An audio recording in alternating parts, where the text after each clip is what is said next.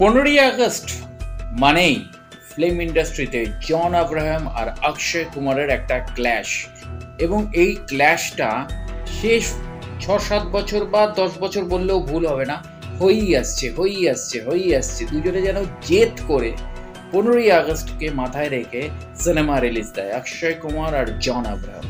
কিন্তু অদ্ভুত ব্যাপার কি জানেন তো, কারোর সম্বন্ধে আপনি প্রেডিকশন না করার পরেও সে যখন বাজিমাত করে দেয়, যেটাকে নেপোয়ে দই মারা বলে, তখনই ভালো লাগে। এবং ভালো লাগে আরও যখন সেই ব্যক্তিটা একজন বাঙালি হয়। হ্যাঁ, বলিউডের নতুন ভিলেনের উত্থান হলো বা নতুন ভিলেন চরিত্রের উত্থান হলো, সেটা আমাদের অভিষেক ব্যানার্জির হাত ধরে। অভিষেক ব্যানার্জি কিন্তু স্ত্রী সিরিজ, অর্থাৎ ম্যাডকের যে স্ত্রী সিরিজ রয়েছে সেই স্ত্রী সিরিজের কমেডি ক্যারেক্টার করছে, এবং স্ত্রী 2 যে 15ই আগস্ট রিলিজ করেছে সেখানে কিন্তু চূড়ান্ত কমেডিয়ান বন্ধুর ক্যারেক্টার করছে সেই অভিষেক ব্যানার্জি কিন্তু বেদাতে মূল ভিলেন। এবং তার ভিলেনের অ্যাক্টিং দেখে, মানে সেই অতীতের আমরা এটা শুনেছিলাম যে অনেক নেগেটিভ চরিত্রের অভিনেতারা যখন রাস্তায় বেরোতেন, পাবলিক তাদেরকে খিস্তি দিত এবং তারা সেটাকে পুরস্কার স্বরূপ নিত যে হ্যাঁ, আমি অভিনয়টা সঠিক করেছি বলেই পাবলিক আমাকে খিস্তি দিচ্ছে। বা আমরা দেখেছি থিয়েটার বা যাত্রার ক্ষেত্রেও অভিনেতাদের দিকে জুতো ছুটে আসতে, মানে যে নেগেটিভ চরিত্র করছে দর্শক আসর থেকে তার দিকে জুতো ছোড়া হচ্ছে, বা মানে তাকে মানে যাতা খিস্তি মানে মারা হচ্ছে। তো এগুলো সব অ্যাওয়ার্ড, এগুলো সব পুরস্কার অভিনেতার, একজন নেগেটিভ চরিত্রের অভিনেতার কাছে পুরস্কার। তো অভিষেক ব্যানার্জির চরিত্রটা বেদাতে কিন্তু সেইভাবেই ডিজাইন এবং সেইভাবে অভিষেক ব্যানার্জি পারফর্ম করেছে।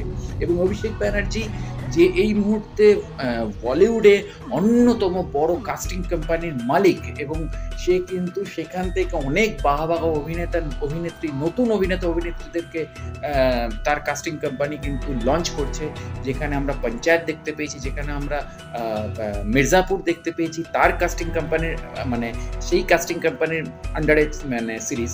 তো সেই অভিষেক ব্যানার্জি স্বয়ং নিজে, তার এতদিন নিজের লাগলো যে একটা মূল ভিলেনের চরিত্রে এই লেভেলের পারফরমেন্স জন আব্রাহাম ছবিতে কাজ করা। কেননা অভিষেক ব্যানার্জিকে এর আগে আমরা দেখেছি সাইকোপ্যাথের চরিত্রে, যেখানে পাতাল লোক আমরা দেখেছি, পাতাল লোকের মতন সিরিজ। অ্যাকচুয়ালি পাতাল লোক সিরিজের কিন্তু মূল প্রোটাগনিস্ট কিন্তু অভিষেক ব্যানার্জি নিজে, কিন্তু গল্পটার লিড যেহেতু আমাদের অন্য অভিনেত্রীরা ছিল, সেই জায়গা থেকে দাঁড়িয়ে নীরজ কবি বা আমাদের অন্য অভিনেত্রীরা ছিল, সেইখানে দাঁড়িয়ে কিন্তু অভিষেক ব্যানার্জির ক্যারেক্টারটা খুব গৌণ হয়ে গেছিলো, মুখ্য হতে পারে। কিন্তু এইখানে বেদাতে কিন্তু অদ্ভুতভাবে অভিষেক ব্যানার্জির একটা উত্থান হচ্ছে, এবং পাশাপাশি স্ত্রী 2 সেখানে একটা চূড়ান্ত কমেডিয়ান পারফরমেন্স, মানে ইটস আ ভার্সেটাইল অ্যাক্টিং।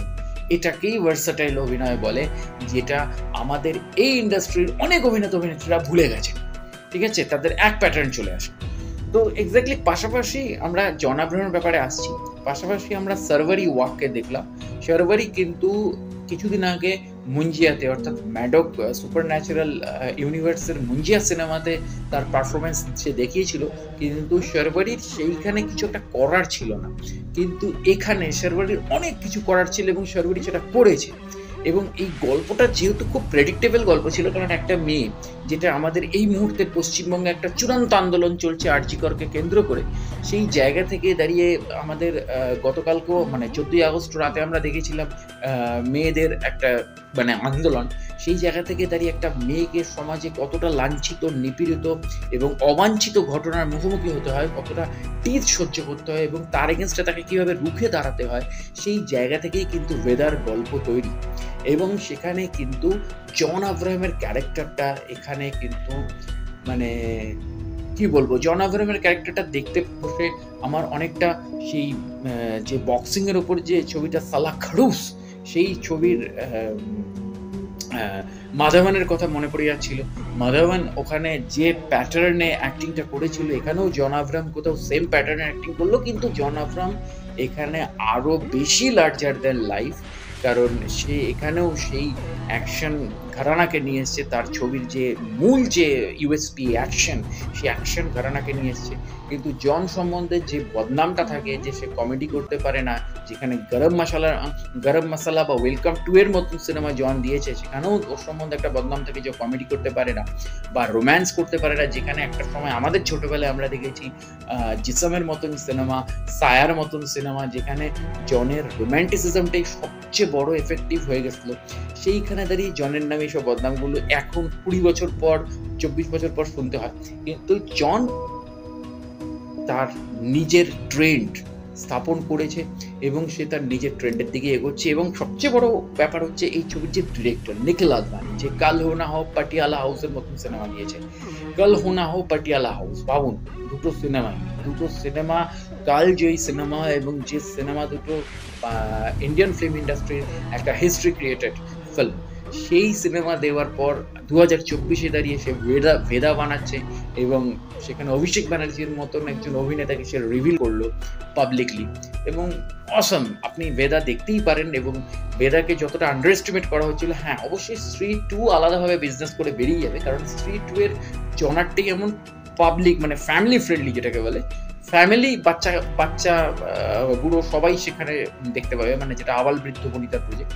কিন্তু ভেদা আবার সবার জন্য নয়, কিন্তু ভেদা যদি সবাই মিলেও দেখেন তাও একটা আলাদা আনন্দ, কেননা মেয়েদের আলাদা লড়াইয়ের কাহিনী কিন্তু ভেদা বলবে, যেটা এই মুহূর্তে প্রচন্ড পরিমাণে ইম্পর্টেন্ট। দেখা হচ্ছে পরের ভিডিওতে। অবশ্যই আমার চ্যানেলটি সাবস্ক্রাইব করে বেল আইকনের অল নোটিফিকেশনটা জুড়ে থাকুন। নমস্কার।